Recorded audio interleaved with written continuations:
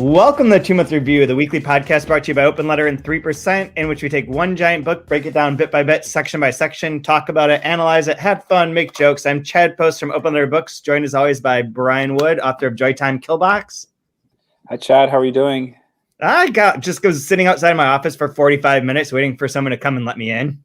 Yeah, I got ran over by a bike in the park today, so... Oh, shit, really? At least you didn't have that. And the worst part is, it was my daughter that ran me over, so... Friendly fire. It'll make it easier to enact a punishment. Yeah, exactly.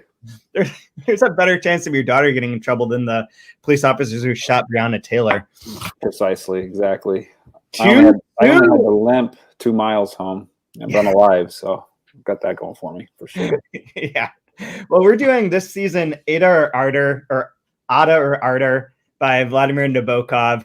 How about you keep saying Ada, and I'll just keep saying Ada, just to keep it weird. I think Papa Nabokov would have liked that.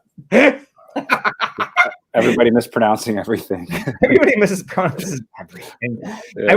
I once listened to, because I was like, it's Nabokov. I know that's how you're supposed to say it. And I was listening to Invitation to a Beheading as a audiobook, and when they introduced it, they're like, Invitation for a Beheading, written by Vladimir Nabokov. And I was like, that's not the part I thought I'd pronounced wrong.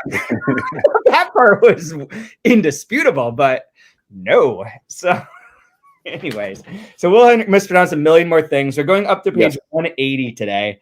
And what did you think of this section? This is going to be a shorter 2-month review because I know Brian has a other obligation. So we're jumping in here just straight away.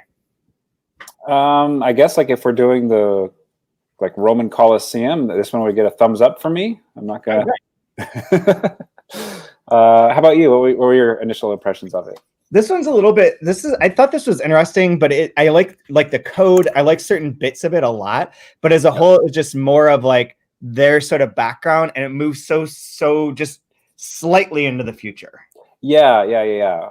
There was. I thought you would kind of get a kick out of all the poetry that's in it, and how much it kind of like he's making fun of poetry and translation, and just. I don't know. I'm just amazed these kids are like, I assume they're like 13 or 14 during this. Depends on where you are. They're 14 and 11 when they meet. But when they're like discussing before they're going to college, basically, and they're talking like PhDs of literature. Yeah. And botany. Yeah. It's like, wow, man, I got a really shitty public education. No, dude, you just were born on anti-terra. Yeah. You're just stuck on Terra, where your souls go and you die.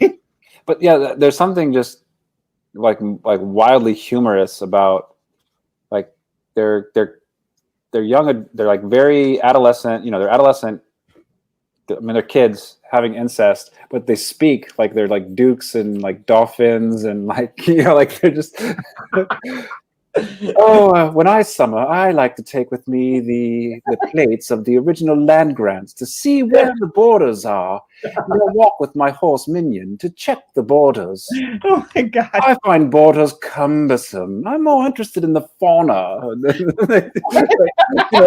what they're discussing as they're having incest with one another. Like I like how you call it having incest. Yeah, exactly.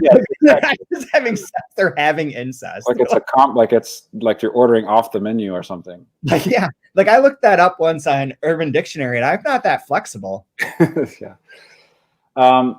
So yeah, I mean, I just keep finding it just like there's a joy and a delight and a humor with the way he's tackling all of this. Yeah. Absolutely.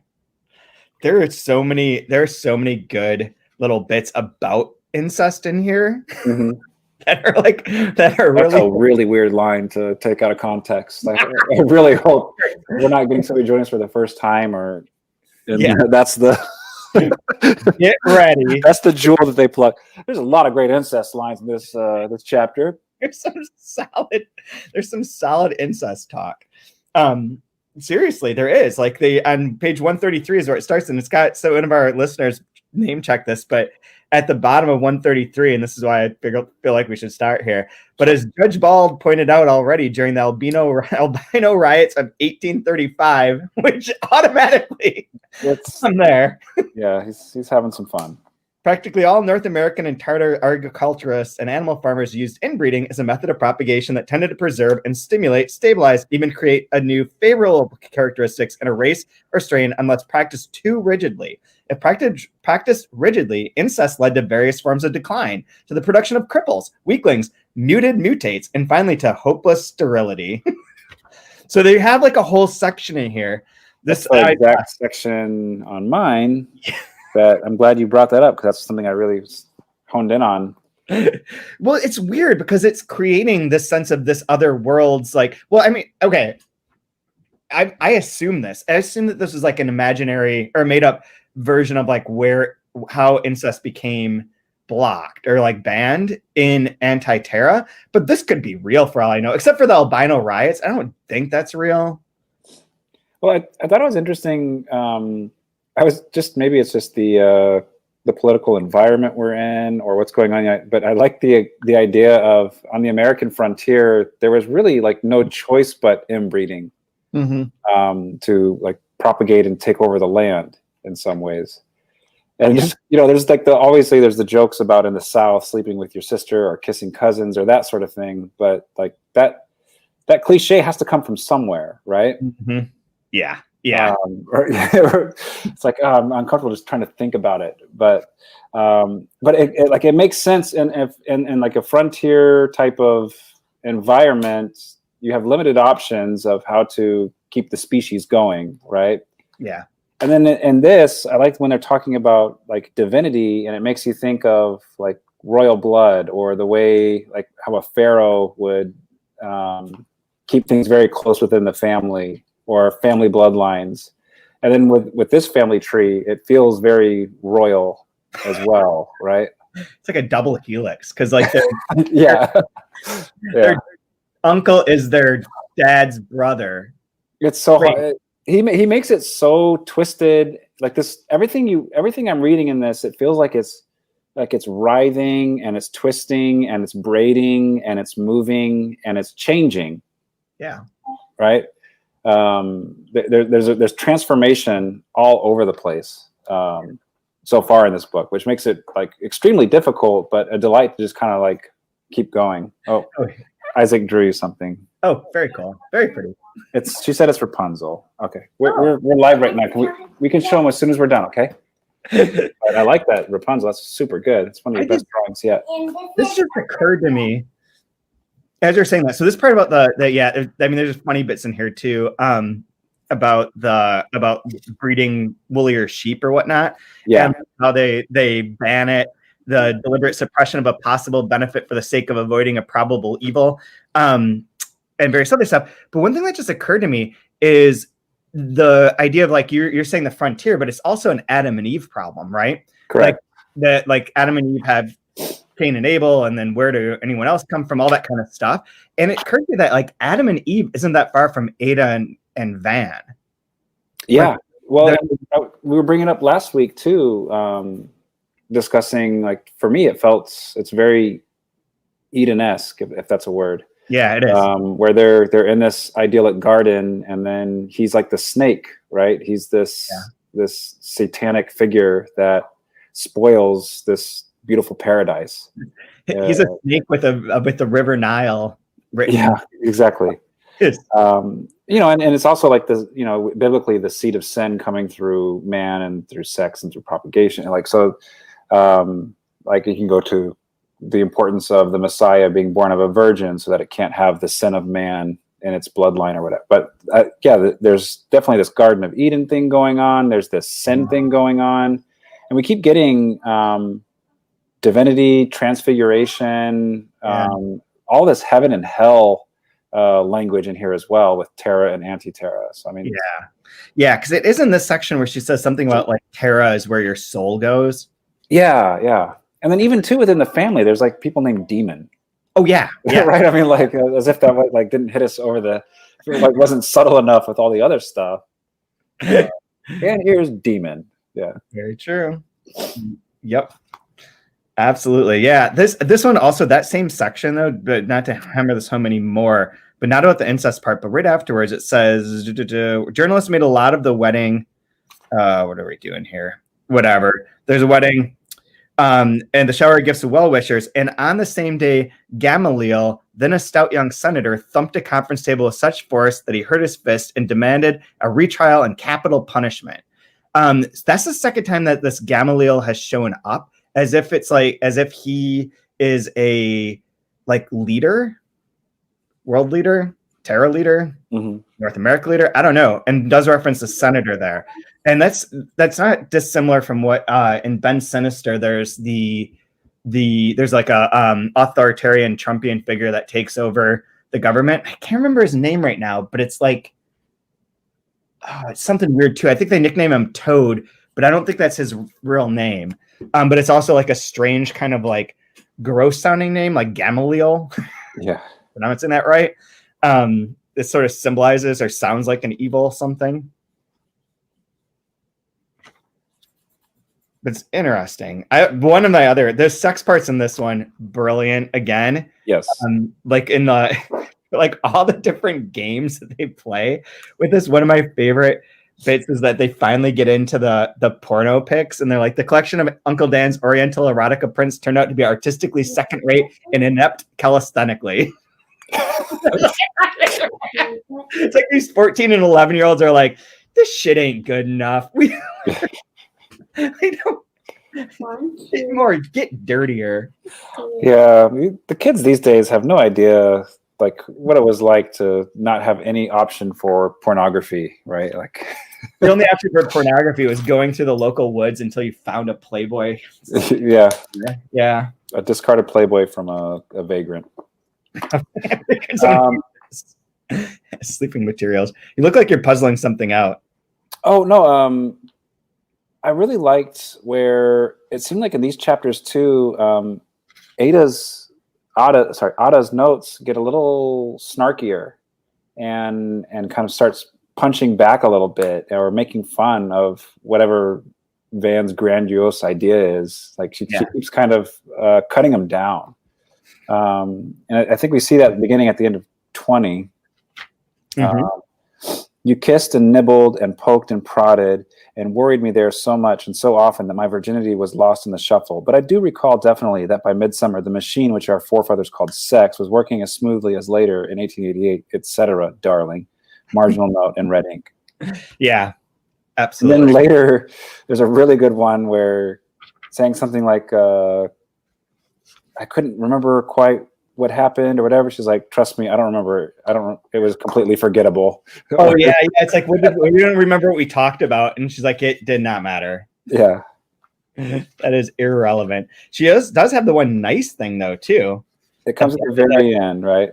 Isn't it the end of, here's the other mean one. Yeah. 26. I suggest omitting this little chapter altogether.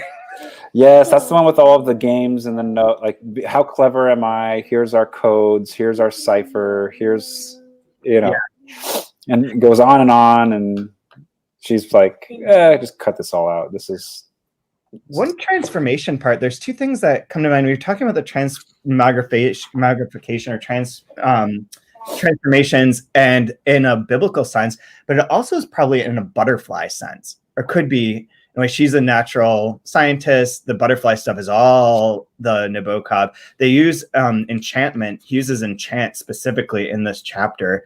And like, there's that sort of idea. I don't know that he would. I don't know like exactly. Like I haven't done a thesis on Nabokov's butterflies, nor have I read the book called Nabokov's Butterflies. But there's the idea that like they took this thing as young kids and then it's been transformed. It's being transformed into art now. This really horrible thing, this like caterpillar, whatever, to make the metaphor, this caterpillar being their like incest is cocooned, they're wrapped off, and now it's being transformed into this like elegant, beautiful book. And like, that's what she's sort of poking at, and the unreliability of it, that the real thing was, or not the real, but the thing was just this kind of gross cocoon. Yeah. Yeah, that's a really stretch. That's a stretch.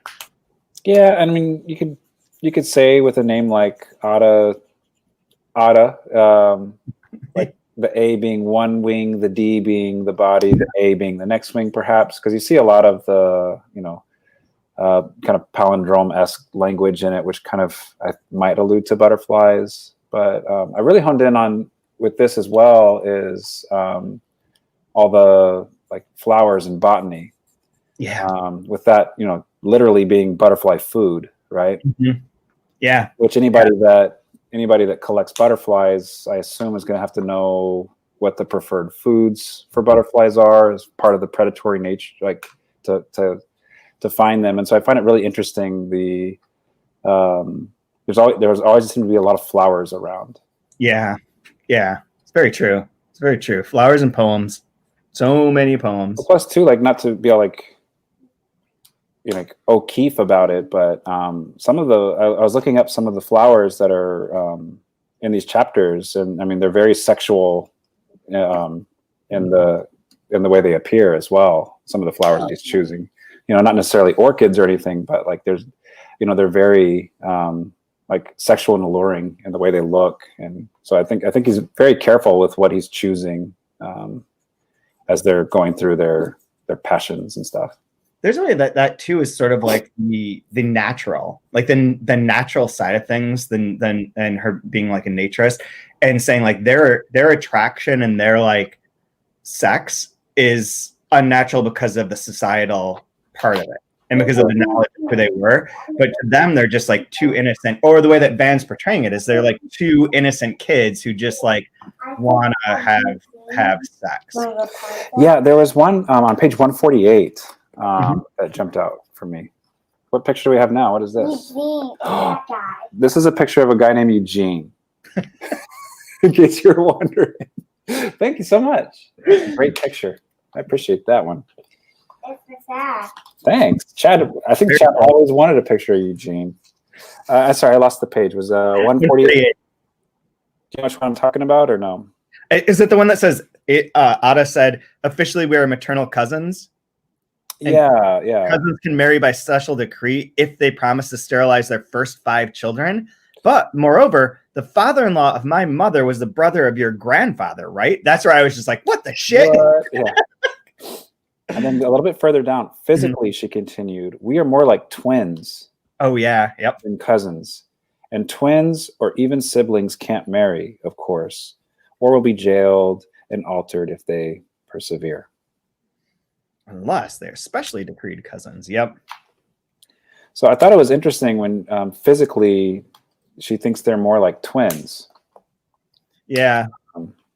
There's that AV, like V being the opposite of A as well. Like yeah. Those things linking together. Yeah, I read Da Vinci Code, so I know that's Illuminati stuff. Oh shit, is it really? I didn't even know that. No, I think like one is a female sign, one is a male sign. Like I only watch Tom Hanks movies. Yeah. It's all I only watch Bosom Buddies. I didn't even get to he's a film actor. The Burbs is really like the top of his game, though. Not to chase a rabbit, but what happened to the good old days where you go to a pitch meeting for a sitcom? They're like, "We'll tell you about the sitcom." So it's 2 dudes, and they're going to dress up like women so they can live in a women's dorm, and they're going to become attracted to all the women. But here's where it gets complicated. Because they can't let people know they're dudes, or they'll get kicked out of the all women's dorm. That sounds brilliant. Let's do it. We'll have some shower comedy, some bathroom. What a terrible! And it would make it be better if we got Billy Joel to do this song for the beginning of it. Did he really do that? Yes. Oh my god, I didn't realize that. Oh, it's the worst. One of the worst intros for a sitcom. It has like juggling, them being friends. When they go shopping at the grocery store, one guy just throws all the oranges in the air, and Tom Hanks has to go behind him and catch them all in a paper bag. They're just living their best life while they lie to everybody and live in an all-women's dorm. You creep. Billy Joel and the story songs. I guess how many episodes there are of that? I have no idea. 37. Wow, it made it a lot longer than I thought. I said 14.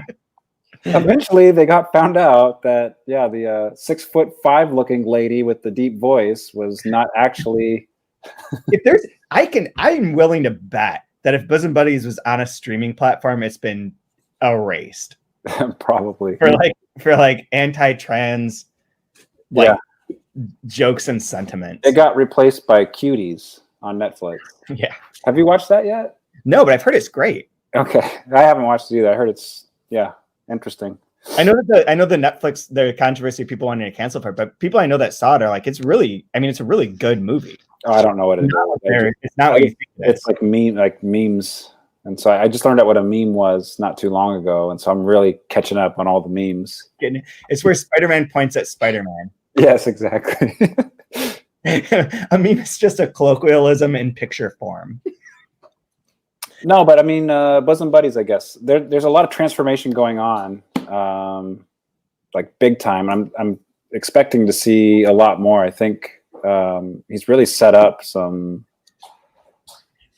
avenues. I'm really curious to see where we go, where we explore. But I'm going to save one section because it's my favorite quote. Okay. And I think it goes to like speaks to something that Rodrigo like slightly referenced last week. But we do get a little bit of a time for them. Like it says like how long, so they depart from each other. They stay apart for X period of time. Where is that? I'm missing it. But it does explain like what their separation was and how they don't see each other for a number of years. But they have, during that time, they create their own way of writing to each other that includes a code. And that is what chapter is that? 25? Yeah, 25 has the first reference to it on page 157, where Van's leaving. He's leaving on this September morning. The summer of 1884 is over. And he's like, I need to go in and get some, I don't know, mushrooms, whatever he needs, into the woods. So he stops, and then it says, this attire, so it says, Van plunged into the dense undergrowth. He wore a silk shirt, a velvet jacket, black breeches, riding boots with star spurs, and this attire was hardly convenient for making Ada in a natural bower of aspens, lexic musicum, after which she said, yes, so as not to forget, here's the formula for our correspondence. Learn this by heart and then eat it up like a good little spy. Then in traditional Nabokovian fashion, you get the answer to what was happening later, which is also what Freyzan does, where on page 160 and 61, in chapter 26, it explains their period of their separations, which is basically 4 years, from September 1884 to June 1888. And they create a code in which you replace the letters of the word with the letter that comes, the number of letters after the total number of letters in that word. So if there are 4 letters in the word, you go from 4 letters from each of the letters in that word. So love becomes PSZI, blah, blah, blah. And I looked it up. And so that first one, on 157. On 157, that explains it is, okay, so it decodes. So although the passage, this is from the Ada Auckland annotations. Although the passage looks at first as if it is too licentious to print undraped, it decodes as merely making his way through the brush and crossing a brook to reach Ada in a natural bower of aspens they embraced. Tadashi Wakashima of the Kyoto Reading Circle suggested that italicized words could be read also after the comic disappointment of the decoding as an ordinary pornographic metaphor of their sexual intercourse. When this chapter appeared in serial form in Playboy in April 1969, the coded text appeared only decoded. Since the description of the code was not included in Playboy's section. Interesting. It's really hard I had a Pavlovian response to say nice. I know. And I did it. I almost felt like I was going to vomit to stop myself. Oh. Like, just don't do it. Just don't do it. There's no need for that.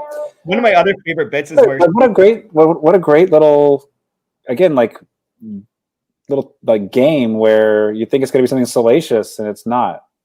Yeah, I mean, isn't that kind of the point of like a lot of the ideas about like codes and meaning? It's like that idea that you see patterns and see meaning within those patterns, and yet when you deduce those patterns, frequently they're just not that important or they're random. And like Nabokov seems to have like such fun with this throughout all of his books of like hinting at this like grand thing if you can just crack the code. And then when you crack the code, it's like he walked through the woods.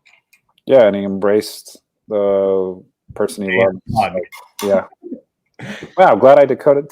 It's like the that Christmas story when he gets the decoder ring and it's like all this anticipation for it and he decodes it and it's like, what? That's all it says? Yeah. Are you kidding me? There is a great line when it's talking about the codes of there's an awful moment in popular books on cosmic theories that breezily begin with the plain, straightforward, chatty paragraphs when there suddenly start to sprout mathematical formulas, which immediately blind one's brain. It's like, this is, so he's even like poking fun at his own doing of this code and creating of this code, which gets like increasingly more complicated to the point of like absurdity. And that's when Ada's like, no, this, I suggest omitting this entirely. Screw this chapter. And then they do have another encounter. She's at school, he's at boarding school, but they're able to go meet with like an intermediary to watch over them. Yeah, and this is where he's like the film expert, right? Yeah, and the Proust expert, and yes, everything expert. Captain Man. He's like Captain Mansplainer, and Ada and the roommate are just kind of like, yeah, whatever. It's like, yeah, who cares? It even references unfair son, grand Joyce after doing one's petite Proust in Ada's lovely hand. Well, yeah, it's totally referencing the Joyce and Proust of it all right there, which is fun. But nothing happens. Like they don't get to have anything. Then they never invite him back. Because do you take that he was filled with jealousy when he was there? And I think he thinks that Cordula is Ada's lesbian lover. Yeah, and I know he brings it up in film and saying like he'd be fine with it or whatever, but it's like I think he hasn't mentioned that it's the fellows that he'll kill. Yeah. So like there's like this evil, like just terrible evil jealousy that he's kind of hiding. It's almost like an omen of what kind of monster he is. Yeah. As if we don't think he's monstrous enough already, there's even more where there's like definitely a possessiveness within there. Yeah. And like, yeah, I mean, he's writing their story too. Like the book is mansplaining as a whole. It's basically, he's like, yeah, no, this is how it was. And she's like, no, kind of. Thanks for reminding me. Petite titted is really funny though. I have to give you that for a pun. That's solid. But they go back through and they try and like figure out if they had possibly met at other points in time too. Like if they had run parallel before their meeting when they were on their different vacations with their family or in their different places, which is pretty fun. And then there's like what I found really entertaining actually was the whole section about Dick, the card sharp that the magician. The magician is like, what's his name? Puckett. Yeah, and then the guy that cheats at cards and teaches Van how to be really good at like stacking decks and like doing all the tricks. And then Van gets to meet this kid named Dick, whom we shall call Dick. His name is not Dick. He's just a Dick. And he's like trying to cheat by like getting reflecting surfaces all around so he can see people's cards. And Van figures it out and decides to screw him. And so he does really hard. And takes away all his money, blah, blah, blah. I like that as like a weird set piece. I'm not sure though, like what it really means. Like within here, it's like the first time that something's like, okay, this is different. This is just an adventure of his, and like maybe showing like his vindictiveness or ability to like enact revenge. Because he doesn't take anything. He gives the money back to the French people. Yeah, it kind of had like this, I don't know, it is a little bit more reminiscent of maybe like Lolita with traveling. Like you get these places in the West, they go to like like the Indian reservation area. They go to Telluride, Colorado. They go to there's like this grand western travels with his father, right? Yeah. Because I don't know, was his mother in that section? Or She's in the hospital always. Yeah. Okay. Yeah. So she's alive somewhere. Because there was that weird line where it's like Aqua. I don't know how she was alive, but yeah, Aqua was still alive somehow, somewhere. Magically, like she's still around. I don't know. Yeah, I don't know why she's there at all, but what a loving son. she's all living up on Terra, whatever the fuck she's doing. Yeah, it is interesting that this is a Western movement one too. I hadn't thought of that. And like that kind of Wild West, like the cards and the cheating. The sort of danger of it, the like having to be a magician. But the magician thing also then is an enchanter idea. And enchanting is what runs throughout all of like his later works, is of like the narrator. And the whole point of this is to enchant you. Like the artist and the narration is meant to be an enchanting device. And so, and that's referenced in here. And that is a magician, is like essentially like that kind of trickery, but through like a narrative that people watch. You watch the story and you're into it, you're enthralled, but you're being enchanted because it's not real. There's a trick. And it's sort of like when you fall into the Humbert thing of like feeling like Humbert isn't evil. He's trying to convince you he's not evil. He's enchanting you. Which is like very satanic, right? A great deceiver. A great deceiver, yeah. Yeah. All so much. Well, I know you have to get going, so you want to do your favorite line? I have a long one. A long one? Okay. Mine, I'll pick on page 155. Okay. I'll try not to butcher the French pronunciations too much. Should have not done it, but it's at the bottom of 155. Do you want a sprinkle of cinnamon on your latte cahier? I hope that's how you say it. Asked Marina. You know, Belle. Turning to Lavier. She used to call it sanded snow when she was a baby. She was never a baby, said Belle emphatically. She could break the back of her pony before she could walk. I wonder, asked Marina, how many miles you rode to have our athlete drained so thoroughly? Only 7, replied Ada with a munch smile. I like that too. I like that quite a bit. It's like all these coy little games, man. Mine is long, and it refers, I believe, to what Rodrigo had hinted at of reading parts at the end about Van's beliefs of space-time. So on 153, they're talking about their various things in the past, where they might have been, how they could have possibly seen each other. And it says, but as Van casually directed the searchlight of back thought into that maze of the past, where the mirror-lined narrow paths not only took different turns, but used different levels. As a mule-drawn cart passes under the arch of a viaduct along which a motor skims by, he found himself tackling, in so vague and idle fashion, the science that was to obsess his mature years. Problems of space and time, space versus time twisted space, space as time as space, and space breaking away from time in the final tragic triumph of human cogitation. Cogitation. I am because I die. Wow. And I think that's a hint. But I think that's a really cool passage to begin with. And the inversion of like, I think therefore I am. I think I am because I die is a good marker too. That's all my points for this one. No, I like that. I thought it was interesting too, though. By the time we get to the end, it was a really great place to stop on 180, because again, as we were saying, with Ada kind of poking fun at him and delete this chapter. I don't remember this at all. Like that's kind of not how it was. And then she says by the end of it, you know, that's my favorite chapter up to now, Van. I don't know why, but I love it.